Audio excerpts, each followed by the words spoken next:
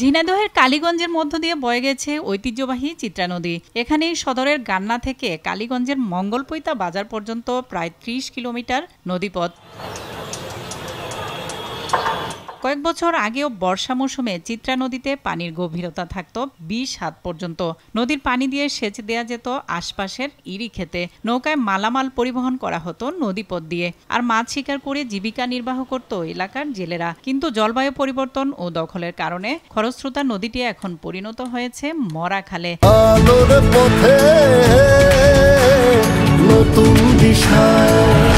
মাটি ভরাট করে বিভিন্ন অংশে গড়ে উঠেছে বসতবাড়ি, ব্যবসা প্রতিষ্ঠান, ফসল চাষও করছে স্থানীয়রা। নদীতে সব ধান চাষ করছে, গম, ভুট্টা একাধিক চাষ করছে। এই নদীটা নাই, এই নদীতে অনেক চাষবাস শুরু হয়েছে, তো আমাদের এই নদী আবার কামানকে তুলতে হবে। ভয়ানক অবস্থা, মনে করেন সোলাকাটা নদী, নদীতে পানি নাই, মনে করেন শুকিয়ে গেছে পানি।